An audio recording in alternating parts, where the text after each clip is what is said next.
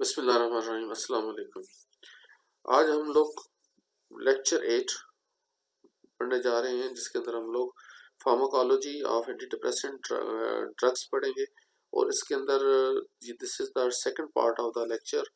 और इसके अंदर हम लोग क्लास ड्रग्स को पहले थोड़ी ब्रीफ हिस्ट्री देखेंगे कि ओल्ड ड्रग्स कौन सी हैं इसके अंदर और अब नई ड्रग्स कौन सी हैं। उसके बाद फिर हम देखेंगे कि ड्रग्स का जो एंटी डिप्रेसेंट ड्रग्स हैं they takes to show their effects 2 to 4 weeks, और उससे ज़्यादा भी हो सकते हैं। तो इसलिए मोस्टली 2 to 4 वीक्स लेती है। पहले ये ड्रग्स 4 वीक्स लेती थी, अब 2 to 4 वीक्स तक है कि सेकंड वीक के बाद का इफेक्ट आना शुरू होता है। और जो पीक वीक जो इफेक्ट आता है, पीक इफेक्ट आता है 4 वीक्स के बाद आता है इसका। तो लेट्स स्टार्ट विद इट। सबसे पहले जो anti depressant drugs previously old drugs जो हैं, जो 1950 से लेकर 1980 तक यूज होती रही हैं डिप्रेशन की ट्रीटमेंट के लिए, वो मोनोमाइन ऑक्सीडेज इनहिबिटर्स थे। और उसके साथ साथ मोनोमाइन ऑक्सीडेज इनहिबिटर्स थे और ट्राइसाइक्लिक एंटी डिप्रेसेंट थे, जिनको टीसीएस भी कहते हैं। ठीक है जी। ये ड्रग्स जो है फार्माकोलॉजिकल ट्रीटमेंट के एजेंट्स थे टू ट्रीट द डिप्रेशन। ठीक है जी। उसके अंदर जो ड्रग्स यूज हो रही थी, एक तो थी इप्रोनाइजेट। इप्रोनाइजेट जो है वो ड्रग, वो आपने एंटीटीबी ड्रग पढ़ी होगी, आईएनएच, आइसोनाइजेट। आइसोनाइजेट इसी ड्रग से जो है ड्राइव हुई है। ये ड्रग यूज होती थी। और उसके अलावा इमिप्रामीन जो है, that was the drug use, जो टीसीएस में से है, that is the drug used to treat depression.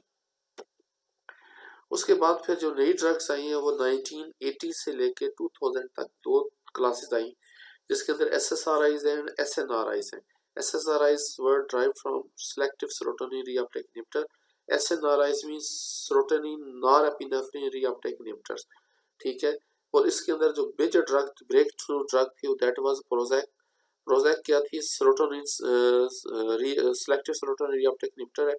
और उसके बाद फिर मार्केट में बहुत ज़्यादा ड्रग्स आई जो कि एंटी डिप्रेसेंट ड्रग्स थी, और जो कि जिन्होंने ज़्यादा SSRI जो है ना, सेरोटोनिन रीअपटेक के ऊपर ज़्यादा काम किया है।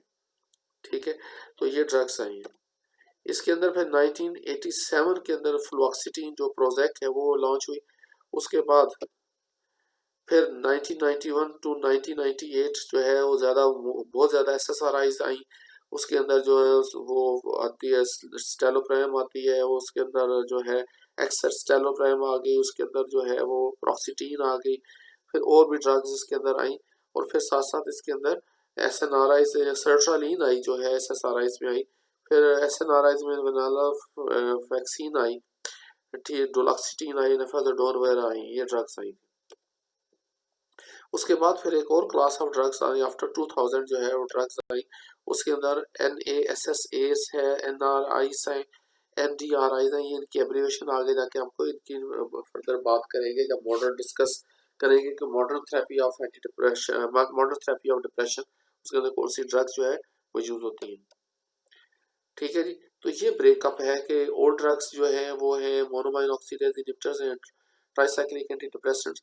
लेटेस्ट जो ड्रग जो आज भी यूज होती है ड्रग ऑफ चाहे वो SSRIs है, SNRIs है, या फिर उसके आगे फर्दर ड्रग्स जो आई हैं। जो तो क्लासिफिकेशन ऑफ एंटी डिप्रेसेंट्स के अंदर सबसे पहले TCS, ट्राइसाइक्लिक एंटी डिप्रेसेंट्स, और टेट्रासाइक्लिक एंटी डिप्रेसेंट्स, ये दोनों क्लासेस आती हैं इसके अंदर। ये TCS कहते हैं कि ट्राइसाइक्लिक 3 साइकिल्स हैं, रिंग है इनके केमिस्ट्री के अंदर, बेसिक न्यूक्लियस के अंदर। और टेट्रासाइक्लिक के अंदर 4 साइकिल्स है, इसलिए इन्होंने ट्राइसाइक्लिस एंड 4 टेट्रासाइक्लिस कहते हैं। इसके अंदर इमिप्रामीन जो है दैट इज प्रोटोटाइप ड्रग। उसके बाद एमॉक्सापिन है, मेप्रोटाइलिन है, नॉरट्रेप्टालाइन है, डॉक्सीपिन है, ट्रिमिप्रामीन है, क्लोमिप्रामीन है, प्रोटोट्रिप्टाइलिन है, मीट्रिप्टाइलिन है, डेसिप्रामीन है। मोनोमाइन ऑक्सीडेज इनहिबिटर्स के अंदर आती है जी ट्राइनाइल सिप्रामीन, फेनल्जीन, मोक्लोबिमाइड, और फिर सेलेक्टिव सेरोटोनिन रीअपटेक इनहिबिटर जिनको जो बड़ी आजकल कॉमनली यूज है SSRI जिनको कहते हैं।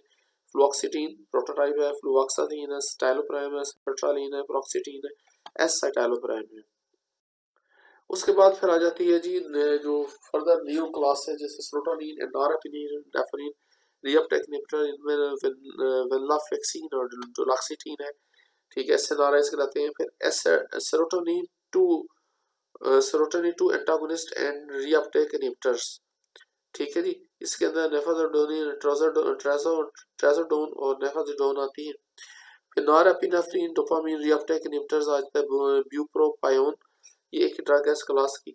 उसके बाद फिर नॉर एड्रीनर्जिक या nor epinephrine and specific serotonergic anti depressant drug जो है मेट्राजिपीन आ जाती है। फिर नॉर एड्रीनालिन रीअपटेक इनहिबिटर जो सिर्फ एक ही ड्रग है, रिबॉक्सिटीन आती है। सेरोटोनिन रीअपटेक इनहेंसर, ये देखिए सेरोटोनिन की रीअपटेक को इनहेंस करने वाला ड्रग है, टायलेप्टिन आती है। अच्छा, फर्दर मोर जो है इसका कंसेप्ट क्या है कि इनका मोड ऑफ एक्शन कैसे है, क्योंकि ये ड्रग्स फर्स्ट जो है आपका डोज लेते हैं तो उस वक्त की ये रीअपटेक को ब्लॉक कर देती है, but it takes more than 2 weeks to show their effect. तो उसके बारे में ये एक्सप्लेनेशन है। The concept of action of all drugs rely on increase, ये डबल 2 एरो लगे हुए इसमें, further increase more increase extra cellular biogenic amines in the brain indirectly by blocking their catabolism. कहता है कि 3 तरीके जो है वो हो सकता है कि ये बायोजेनिक अमाइन का एक्शन को इंक्रीज किया जा सके। एक तो है कि इनका कैटाबॉलिज्म ब्लॉक कर दिया जाए, मेटाबॉलिज्म, या इनकी रीअपटेक को ब्लॉक कर दिया जाए, या इनकी जो एक्शन ऑन द रिसेप्टर्स है, उसके जो आगे रिसेप्टर्स है उसके ऊपर एक्शन जो है उसको एनहेंस करके उसको फर्दर उसका इफेक्ट शो किया जाए। तो ये 3 तरीके से हम लोग बायोजेनिक अमाइन डेफिशिएंसीज को दूर कर सकते हैं। Number 1, indirectly by blocking their catabolism. Number 2, preventing their reuptake, जिससे जब रीअपटेक ब्लॉक करें, जब कैटाबॉलिज्म ब्लॉक करेंगे तो मेटाबोलाइज ही नहीं होंगे न्यूरोट्रांसमीटर साइनेप्सिस के अंदर, तो क्या होगा कि न्यूरोट्रांसमीटर का लेवल बढ़ जाएगा।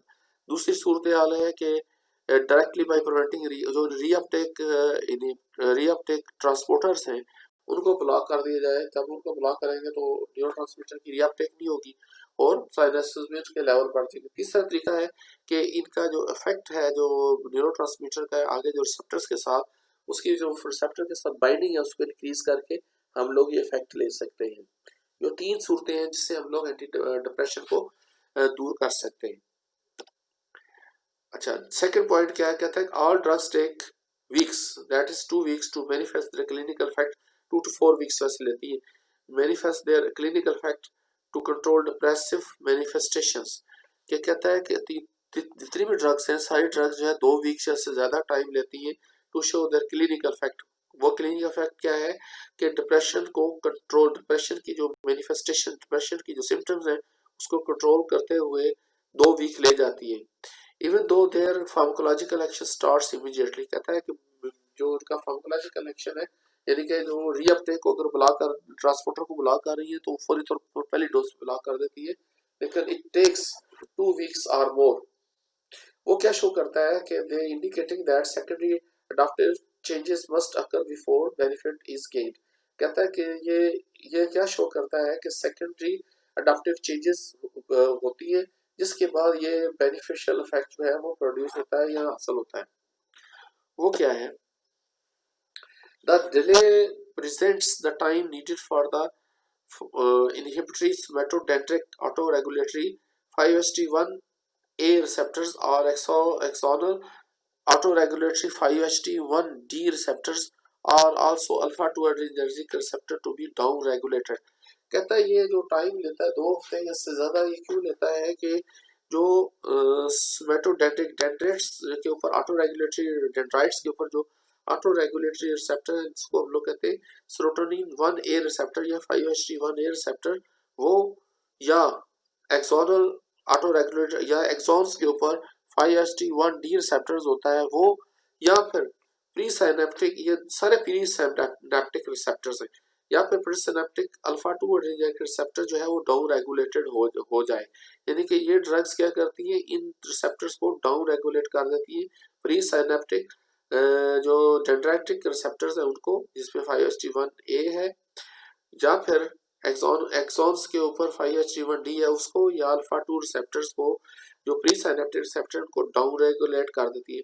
जिसके बाद क्या होता है, permitting greater synthesis and release of neurotransmitter, क्योंकि ये नेगेटिव फीडबैक के रिसेप्टर्स हैं, क्योंकि ये रिसेप्टर स्टिमुलेट हो तो न्यूरोट्रांसमीटर की जो सिंथेसिस है वो डिक्रीज हो जाती है, और सिंथेसिस जब डिक्रीज होगी तो उसकी रिलीज भी डिक्रीज हो जाती है और उस वजह से डेफिशिएंसी हो जाती है। तो ये जो ड्रग्स है क्या करती है कि प्री साइनेप्टिक डेंड्रिट जो रिसेप्टर्स हैं 5HT1 या फिर एक्सोनल रिसेप्टर्स हैं 5HT1D उनको, या फिर अल्फा 2 एड्रीनर्जिक रिसेप्टर जो है, यानी कि जो जो न्यूरॉन्स हैं, अगर सेरोटोनिन न्यूरॉन है तो उसके ऊपर 5HT1A और 5HT1D दोनों रिसेप्टर डाउन रेगुलेट हो जाते हैं।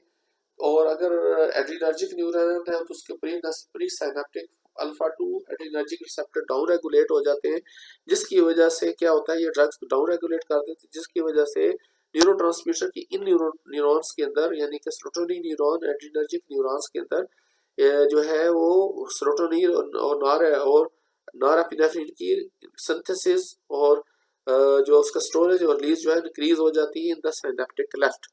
सबसे पहले तो बात उसने ये कर दी कि ये जो 15 दिन लगते हैं, 15 दिन 2 हफ्ते या से ज्यादा लगता है उसके अंदर, सबसे पहले ये ड्रग्स जितनी भी एंटी डिप्रेसेंट ड्रग्स हैं वो जब देते हैं तो क्या करती हैं कि प्री साइनेप्टिक जो है डेंड्राइट्स के ऊपर 5HT1A रिसेप्टर्स और एक्सॉन्स के ऊपर 5HT1D रिसेप्टर्स, या फिर एड्रीनर्जिक न्यूरॉन्स है तो उसके अंदर प्री साइनेप्टिक अल्फा 2 रिसेप्टर्स जो हैं उनको डाउन रेगुलेट कर देती हैं, यानी कि उनकी जो तादाद है उनको कम कर देती है। तो उसकी वजह से क्या होता है कि सेरोटोनिन की न्यूरॉन्स के अंदर सेरोटोनिन की और नॉरएड्रीनर्जिक न्यूरॉन्स के अंदर नॉरएपिनेफ्रिन की जो सिंथेसिस है वो ज्यादा इंक्रीज हो जाती है और उसकी रिलीज भी इंक्रीज हो जाती है, जिसकी वजह से साइनेप्टिक लेफ्ट के अंदर इनकी रिलीज ज्यादा होती है।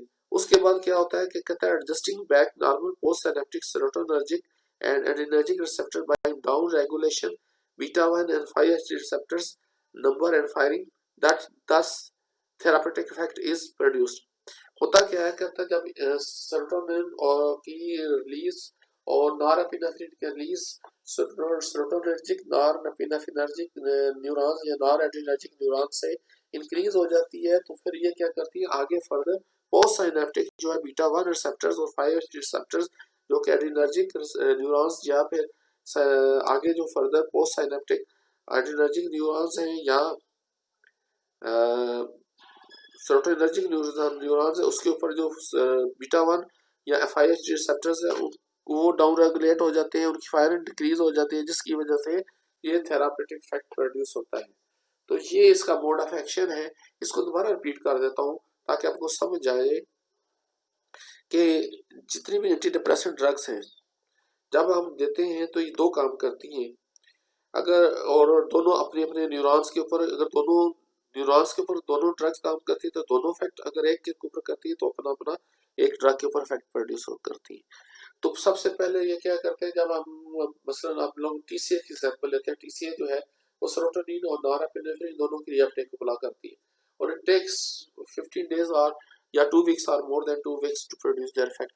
वो क्या क्यों इफेक्ट प्रोड्यूस होता है कि they brought secondary adaptive changes. वो सेकेंडरी अडॉप्टिव चेंजेस क्या हैं कि वो जो है इनहिबिटरी जो प्री साइनेप्टिक इनहिबिटरी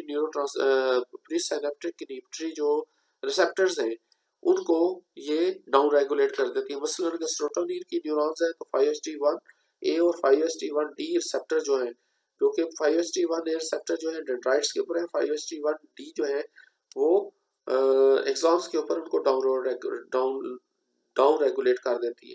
इसी तरह अगर एड्रीनर्जिक न्यूरॉन्स है तो प्री साइनेप्टिक अल्फा 2 रिसेप्टर्स को नॉरएपिनेफ्रिन जो है डाउन रेगुलेट कर देती है, जिसकी वजह से क्या होता है कि इन न्यूरॉन्स के अंदर जो है वो सिंथेसिस और रिलीज ऑफ सेरोटोनिन न्यूरॉन्स के अंदर इंक्रीज हो जाती है और नॉरएपिनेफ्रिन के रिलीज जो है नॉरएड्रीनर्जिक न्यूरॉन्स के अंदर इंक्रीज हो जाती है, जिसकी वजह से ज्यादा दोनों न्यूरोट्रांसमीटर ज्यादा रिलीज होते हैं साइनेप्सिस में। जब ज्यादा क्वांटिटी में रिलीज होते हैं तो क्या कर देते हैं आगे पोस्ट साइनेप्टिक जो है बीटा 1 और 5HT रिसेप्टर्स उनको फर्दर डाउन रेगुलेट कर देते हैं, जिसकी वजह के बाद ये थेरापेटिक इफेक्ट प्रोड्यूस होता है और उसकी फायरिंग डिक्रीज हो जाती है और थेरापेटिक इफेक्ट जो है वो प्रोड्यूस हो जाता है। डिप्रेशन की सिम्टम या मैनिफेस्टेशन खत्म होनी शुरू हो जाती है, पेशेंट ठीक होना शुरू हो जाता है। ये इसका मोड ऑफ एक्शन तमाम ड्रग्स का है। ये अगर तो सेरोटोनिन और नॉरएपिनेफ्रिन दोनों के ऊपर एक ड्रग एक्ट कर रही है तो दोनों के ऊपर इफेक्ट आएगा। अगर एक ड्रग एक साइड पे ऊपर इफेक्ट कर रही है लाइक SSRIs हैं जो सिर्फ सेरोटोनिन रीअपटेक को ब्लॉक कर देती है, तो वो सेरोटोनिन की न्यूरॉन्स के अंदर जो है सेरोटोनिन की जो प्री साइनेप्टिक न्यूरॉन्स है उसको सेरोटोनिन की रिलीज को इंक्रीज करेंगी और पोस्ट साइनेप्टिक 5 स्टेट रिसेप्टर्स को डाउन रेगुलेट कर देंगी, जिसकी वजह से अपना इफेक्ट प्रोड्यूस करेंगी। इसी तरह अगर नॉरएपिनेफ्रिन की है तो अल्फा 2 रिसेप्टर्स को पोस्ट प्री साइनेप्टिक ब्लॉक करेंगे, जिसकी वजह से नॉरएपिनेफ्रिन की सिंथेसिस ज्यादा इंक्रीज होगी और नॉरएपिनेफ्रिन ज्यादा साइनेप्सिस में आएगी, तो पोस्ट साइनेप्टिक बीटा 1 रिसेप्टर्स को डाउन रेगुलेट करेगी और उसकी फायरिंग को डिक्रीज करेगी, जिसकी वजह से थेरापेटिक इफेक्ट प्रोड्यूस हो जाएगा। आई एम श्योर कि आपको समझ आ गई होगी इस चीज की। अब हम बात करेंगे कि जनाब ड्रग्स को शुरू करेंगे क्लासेस। तो मैंने पहले बात बताई कि 6-7 ड्रग्स की क्लासेस हैं। तो सबसे पहले जो ड्रग्स क्लास हम शुरू करने जा रहे हैं वो है monoamine oxidase inhibitors, very old drugs. आजकल ये डिप्रेशन के अंदर यूज नहीं होती। क्यों नहीं होती, इसका वजह बताऊंगा। आजकल एक खास कंडीशन है पार्किंसन, उसके अंदर ये ड्रग्स यूज होती है, उसके अलावा कहीं पे यूज नहीं होती। हाँ, डिप्रेशन में यूज होती है जब ये थर्ड चॉइस के ऊपर यूज होती है। They are not first choice drugs because of their certain drug interaction side effect, जिसकी वजह से इसको आजकल यूज नहीं करते। तो मोनोमाइन ऑक्सीडेज इनहिबिटर्स, उसके अंदर they are the first anti depressant drugs, और उसके अंदर ये 5 ड्रग्स है। फेनोल्जीन है, ट्रेनाइलसिप्रामीन है, आइसोकार्बोक्साइड है, मुक्लोबिमाइड है और परजिलीन है। Onset of antidepressant effect is delayed for 2 to 4 weeks। अच्छा जी, मोनोमाइन ऑक्सीडेज क्या करते हैं, कहते हैं सबसे पहले हम तो मोनोमाइन ऑक्सीडेज के बारे में बात करते हैं कि मोनोमाइन ऑक्सीडेज जो है that is enzymes that is found in nearly all tissues and is located intracellularly associated with mitochondria. यानी कि मोनोमाइन ऑक्सीडेज जो है तमाम बॉडी के टिश्यूज के अंदर मौजूद है। इंट्रासेलुलर एंजाइम होता है और माइटोकॉन्ड्रिया के साथ होता है सबसे पहले इसकी presence. Present in nerve terminals that release norepinephrine, dopamine or 5-hydroxytryptamine या serotonin। यानी कि नर्व टर्मिनल्स के ऊपर मौजूद होता है जहाँ से वो नर्व्स जो नॉरएपिनेफ्रिन या नॉरएड्रेनालिन को रिलीज करती है, डोपामिन को रिलीज करती है या फिर सेरोटोनिन को रिलीज करती है। इसके अलावा ये एंजाइम जो है माइटोकॉन्ड्रियल जो आउटर सरफेस उसके ऊपर भी लोकेटेड होते हैं। In neurons, monoamine oxidase oxidatively deaminates and inactivates any excess of norepinephrine, serotonin, and dopamine that may leak out of the synaptic vesicle। यानी कि जो न्यूरोनल टर्मिनल्स हैं उसके ऊपर ये ड्रग्स मोनोमाइन ऑक्सीडेज मौजूद होते हैं, और ये जो वेसिकल्स होते हैं न्यूरॉन्स के एंडिंग के ऊपर, वहां से जो एक्सेसिव नॉरएपिनेफ्रिन, सेरोटोनिन या डोपामिन रिलीज होती है तो उसको ये ब्रेक डाउन करके डीएमिनेट्स कर देते हैं, इनएक्टिवेट करते हैं। ये इनका फंक्शन है।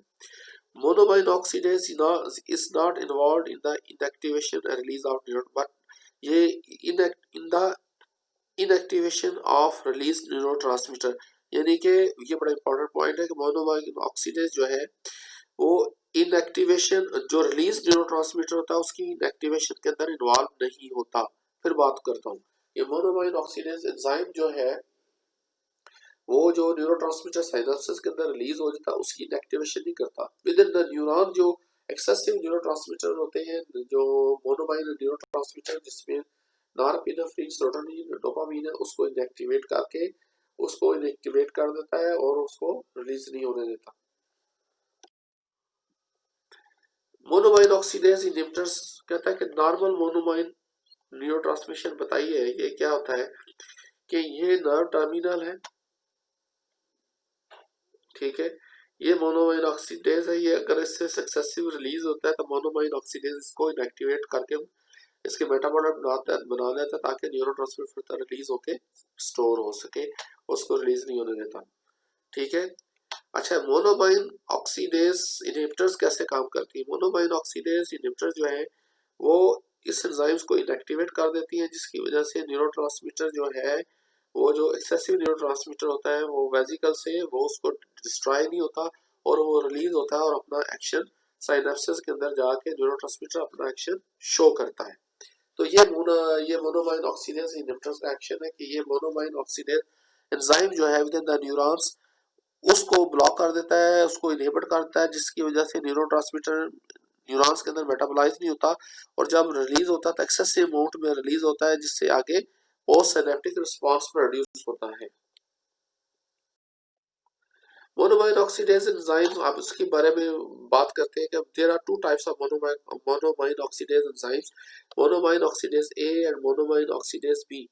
मोनोमाइन ऑक्सीडेज जो है मेटाबोलाइज नॉरएपिनेफ्रिन, सेरोटोनिन, टायरामीन, ये तीन जो है इसके सबस्ट्रेट है, इसको मेटाबोलाइज कर देता है और इसको जो है मेटाबोलाइज करता है और ब्रेक डाउन करता है, यानी कि तीन है इसके मेटाबोल substrate, norepinephrine, serotonin, tyramine.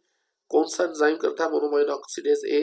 Inhibition of monoamine oxidase A produces anti depressant effect, और मोनोमाइन ऑक्सीडेज ए को अगर हम इनहिबिट करते हैं तो उससे एंटी डिप्रेशन इफेक्ट प्रोड्यूस होता है, क्योंकि इनके दोनों के जो है वो लेवल्स इंक्रीज हो जाते हैं और जिसकी वजह से साइनेप्सिस के अंदर, और जिसकी वजह से जो फैक्ट मैंने पहले बताया कि 15 दिन वाला जो बताया कि 2 हफ्ते से 4 हफ्ते लेता है तो वो फैक्ट प्रोड्यूस हो जाता है और डिप्रेशन दूर होना शुरू हो जाता है। इसी तरह मोनोमाइन ऑक्सीडेज बी दूसरा जो सब टाइप है वो स्पेसिफिक फॉर डोपामीन, यानी कि ये डोपामीन की मेटाबॉलिज्म को डोपामीन को मेटाबोलाइज करता है और इसके जो इफेक्ट है वो एंटी पार्किंसन इफेक्ट प्रोड्यूस करता है। सो अब बात होगी कि there are two types of monoamine oxidase enzymes, monoamine oxidase A and monoamine oxidase B. Monoamine oxidase A जो है वो नॉरएपिनेफ्रिन, उसके सबस्ट्रेट जो है नॉरएपिनेफ्रिन, सेरोटोनिन, टायरामीन है, और अगर मोनोमाइन ऑक्सीडेज को इनहिबिट करेंगे तो एंटी डिप्रेसेंट इफेक्ट प्रोड्यूस होता है। मोनोमाइन ऑक्सीडेज बी जो दूसरी सब टाइप है उस वो डोपामीन को कैटाबलाइज करता है और inhibition of monoamine oxidase B जो है produce anti Parkinson effect. Monoamine oxidase inhibitors दो तरह के हैं, एक इरिवर्सिबल और नॉन सेलेक्टिव है, और दूसरी टाइप और है उसको बात करते हैं। इरिवर्सिबल और non selective monoamine oxidase inhibitors, जिसे क्लासिकल मोनोमाइन ऑक्सीडेज इनहिबिटर्स कहते हैं, वो 4 ड्रग्स हैं, phenelzine, tranylcypromine, isocarboxazid and pargyline. Can not distinguish between the two enzymes, ये दोनों के ऊपर इफेक्ट करते हैं। इरिवर्सिबल ब्लॉक करते हैं, monoamine A and monomer B enzyme activity can be not be restored unless the new enzymes, कहते हैं ये irreversible को टोटली कम्प्लीटली ब्लॉक कर देते हैं। नॉन सेलेक्टिव ड्रग्स है, दोनों को एंजाइम्स को ब्लॉक करती है, मोनोमाइन ऑक्सीडेज ए को भी बी को भी, और इनकी एक्टिविटी जो है रिस्टोर उस वक्त हो सकती है जब न्यू एंजाइम सिंथेसाइज हो।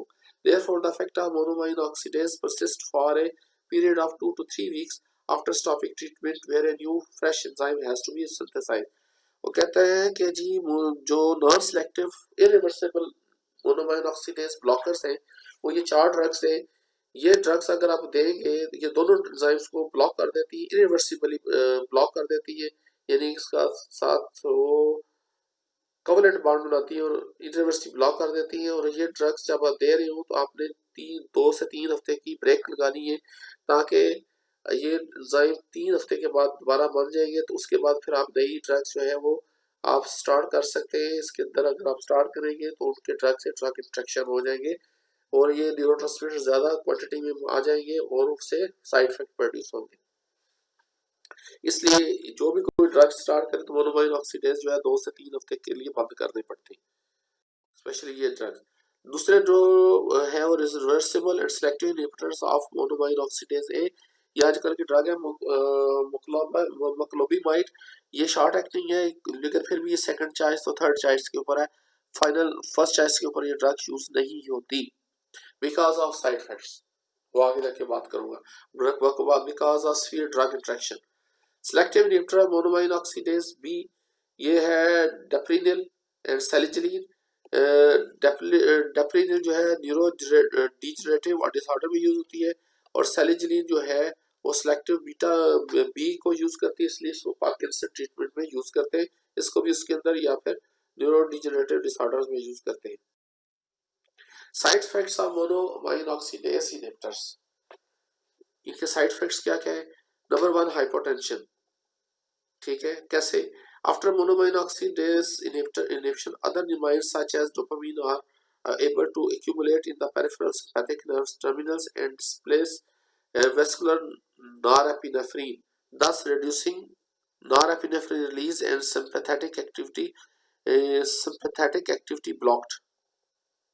ठीक है, तो ये क्या होता है कि ये नर्व टर्मिनल्स के ऊपर ये जो है मोनोमाइन ऑक्सीडेज जो है ये नॉरएपिनेफ्रिन रिलीज करवा देते हैं, रिड्यूस कर देते हैं नॉरएपिनेफ्रिन की स्टोरेज को, जिसकी वजह से नॉरएपिनेफ्रिन की अवेलेबिलिटी नहीं होती, सिंपैथेटिक एक्टिविटी जो है वो डिक्रीज हो जाती है। और सिंपैथेटिक एक्टिविटी जब हमारी पेरिफेरल साइड में डिक्रीज होती है तो क्या होता है, हाइपोटेंशन हो जाती है, वेसोडाइलेशन हो जाती है और हाइपोटेंशन प्रोड्यूस करते हैं।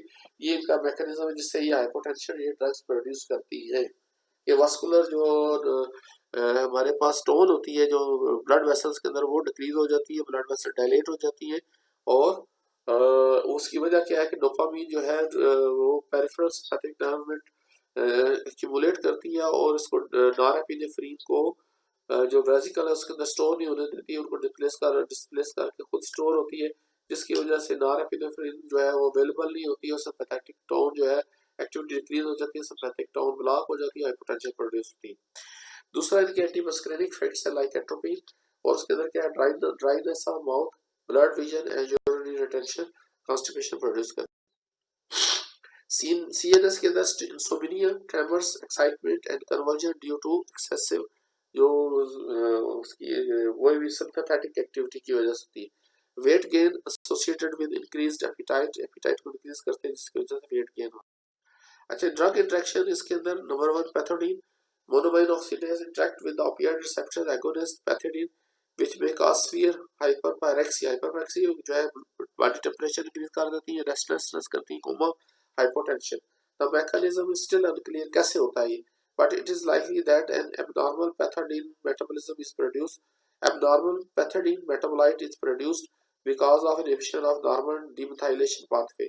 कहते हैं कि सस्पेक्टेड जो है वो क्या है कि पैथेडीन का एक मेटाबोलाइट प्रोड्यूस हो जाता है जिसकी वजह से वो पैथेडीन का जो है मेटाबोलाइट वो ये हाइपरपैरेक्सिया, रेस्टलेसनेस और कोमा और हाइपोटेंशन प्रोड्यूस करता है, क्योंकि पैथेडीन जो है वो नॉर्मल डीमेथाइलेशन पाथवे से इनएक्टिवेट नहीं होती, बल्कि उसकी वजह से एक ऐसा एक्टिव मेटाबोलाइट हो जाता है जो ये इफेक्ट प्रोड्यूस करता है, जिसकी वजह से मोनोमाइन ऑक्सीडेज इनहिबिटर्स को पैथेडीन के साथ नहीं दिया जाता। Number 2 levodopa, precursor of dopamine can interact with monoamine oxidase leading to hypertensive crisis.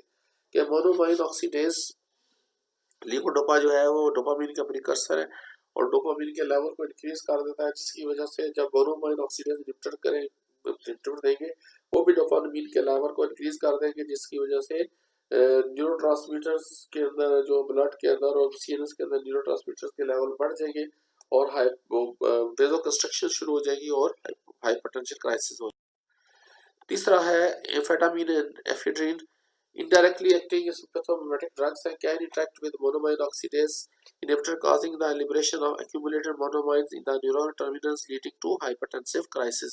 पिछले वाला मामला है जो पीछे हमने सेकंड पॉइंट में पढ़ा कि ये भी ड्रग्स जो है ये इनडायरेक्ट एक्टिंग सिम्पथोमिमेटिक ड्रग्स है, ये भी मोनोमाइन की कंसंट्रेशन को सिंपैथेटिक टर्मिनल्स इंक्रीज करेंगी, मोनोमाइन ऑक्सीडेज जो है उसके मेटाबॉलिज्म को डिक्रीज कर देंगे, जिसकी वजह से नर्व टर्मिनल में ज्यादा क्वांटिटी में न्यूरोट्रांसमीटर रिलीज होगा, सिंपैथेटिक न्यूरोट्रांसमीटर नॉरएपिनेफ्रिन, जिसकी वजह से हाइपरटेंशन क्राइसिस हो जाएगा। टीसीएस के साथ ड्रग इंटरेक्शन क्या है कि टीसीएस जो है नॉरएपिनेफ्रिन सेरोटोनिन रिसेप्टर को ब्लॉक करेंगे, ये इसकी मेटाबॉलिज्म को ब्लॉक करेंगे, जिसकी वजह से हाइपरटेंशन हो जाएगा। क्यों कि टीसीएस जो है मोनोमाइन रीअपटेक यानी सेरोटोनिन नॉरएपिनेफ्रिन रीअपटेक को ब्लॉक कर देंगे, जिसकी वजह से जो साइनेप्सेस है उनके अंदर सेरोटोनिन के लेवल्स और नॉरएपिनेफ्रिन के लेवल्स इंक्रीज हो जाएंगे। दूसरी साइड पे मोनोमाइन ऑक्सीडेज जो है वो मोनोमाइन जो फ्री न्यूरोट्रांसमीटर है नॉरएपिनेफ्रिन, सेरोटोनिन और डोपामिन नर्व टर्मिनल्स के अंदर जो से वेसिकल्स के अंदर स्टोर नहीं होते, तो वो उसके मेटाबॉलिज्म नहीं होगा, तो वो ज्यादा क्वांटिटी में रिलीज होगा, जिससे हाइपरटेंशन क्राइसिस हो जाएगा। सेम सूरत हाल में अगर मोनोमाइन ऑक्सीडेज इनहिबिटर्स को एसएसआरआईज के देंगे तो सेरोटोनिन के लेवल्स बहुत ज्यादा इंक्रीज हो जाएंगे टिपिकली, और सेरोटोनिन सिंड्रोम प्रोड्यूस हो जाएगा। इसको हम लोग आगे जाके जब एसएसआरआई ड्रग्स पढ़ाऊंगा तो उसके अंदर बताऊंगा सेरोटोनिन सिंड्रोम क्या होता है। फिर सबसे ज्यादा ड्रग इंटरेक्शन जो सीवियर होता है वो है चीज रिएक्शन, जिसे कहते हैं कि फूड के अंदर जो चीज है, जो ओल्ड चीज है उसके अंदर टायरामीन के कंटेंट्स बहुत ज़्यादा रिच होते हैं। तो फूड वो जिसके अंदर टायरामीन के ज़्यादा कंटेक्ट होते हैं, तो टायरामीन जो है फॉल्स न्यूरोट्रांसमीटर का इफेक्ट प्रोड्यूस करता है। और टायरासीन कौन से फूड में ज़्यादा होता है? ओल्ड चीज़, कंसनट्रेटेड यीस्ट प्रोडक्ट्स, पिकल्ड और smoked fish, red beans, red wine, chicken liver, sausages, इसके अंदर टायरामीन के कंटेंट्स बहुत ज़्यादा हाई होते हैं। तो tyramine in a food is normally degraded in the gut by monoamine oxidase enzyme, a enzyme. Monoamine oxidase A जो है हमारे गट के अंदर बहुत ज़्यादा मौजूद होता है, वो ये टायरामीन को मेटाबोलाइज कर देता है। अगर ये मोनोमाइन ऑक्सीडेज देंगे तो ये एंजाइम इनहिबिट हो जाएगा। जब एंजाइम इनहिबिट हो जाएगा, टायरामीन जो है वो एज ए फास्ट न्यूरोट्रांसमीटर जो है एब्जॉर्ब होकर न्यूरॉन्स के अंदर आ जाएगा और ज़्यादा क्वांटिटी में रिलीज होगा, जिससे हाइपरटेंशन क्राइसिस रिड्यूस हो जाएगा। ये चीज़ हमने ये बात की है कि होता क्या है, tyramine from ingested food is not and then taken up into the adrenergic neurons where it is converted into octapine, octopamine, किस पे कन्वर्ट हो जाता है? एक्टोपामीन में कन्वर्ट हो जाता है, false neurotransmitter which causes massive release of norepinephrine and may result in hypertension crisis, severe hypertension, severe headache and fatal intracranial hemorrhage हो सकता है। तो ये ड्रग जो है वो जो है क्या करते हैं कि जब मोनोमाइन ऑक्सीडेज चीज प्रोडक्ट्स के साथ जिसके अंदर टायरामीन कंटेंट्स बहुत ज़्यादा होती है उसके साथ देंगे तो टायरामीन जो कि मेटाबॉलिज्म होता था गट में वो नहीं होता, तो टायरामीन अब्जॉर्ब हो जाएगी और टायरामीन अब्जॉर्ब होके एड्रेनर्जिक न्यूरॉन्स के अंदर किसमें कन्वर्ट हो जाती है, ऑक्टोपामीन में कन्वर्ट हो जाएगी, act as a fast neurotransmitter और ये मैसिव रिलीज करता है उसकी नॉरएपिनेफ्रिन की। और इसी तरह के ये है इसका अपना स्ट्रक्चर भी, तो जिसकी वजह से मैसिव रिलीज हो जाएगी दोनों की और जिसकी वजह से जो है सीवियर जो है वेजो कंस्ट्रक्शन हो जाएगी और हाइपरटेंशन क्राइसिस हो जाएगा और इंट्राक्रैनियल हेमरेज हो सकता है, डेथ हो सकती है। ट्रीटमेंट इसका क्या है कि प्रोजेसिन और फेंटोलामीन दी जाती है। At least 10 milligram tyramine needs to be ingested to produce this reaction. कहता है कि नोटिंग पॉइंट जो है वो क्या है कि किसी भी फूड के अंदर 10 मिलीग्राम तक होगी तो वो जो है ये रिएक्शन प्रोड्यूस कर देती है। The special advantage claimed for moclobemide is that no cheese reaction occur with its use, के मुकोलोबामाइड जो है सेफ है, उसके साथ चीज रिएक्शन नहीं होता, लेकिन दूसरे रिएक्शन जो पिछले हैं वो हो सकते हैं। ठीक है जी। थेराप्यूटिक यूजेस क्या है मोनोमाइन ऑक्सीडेज के? They are considered to be last line agent drug to be used because of drug food interaction in endogenous depression, especially patient non-responsive to or allergic to TCS, यानी कि वो endogenous depression के patient जिनके काज unknown है, अंदरली जो अंदर से किसी डिप्रेशन प्रोड्यूस होता है जो किसी ड्रग को इफेक्ट नहीं करते उनको दी जाती है, या वो पेशेंट जो TCS को एलर्जिक उनको दी जाती है। एटिपिकल डिप्रेशन में यूज होती है या फोबिक डिप्रेशन में जहाँ पे कोई और ड्रग अवेलेबल ना हो वहाँ पे यूज की जाती है।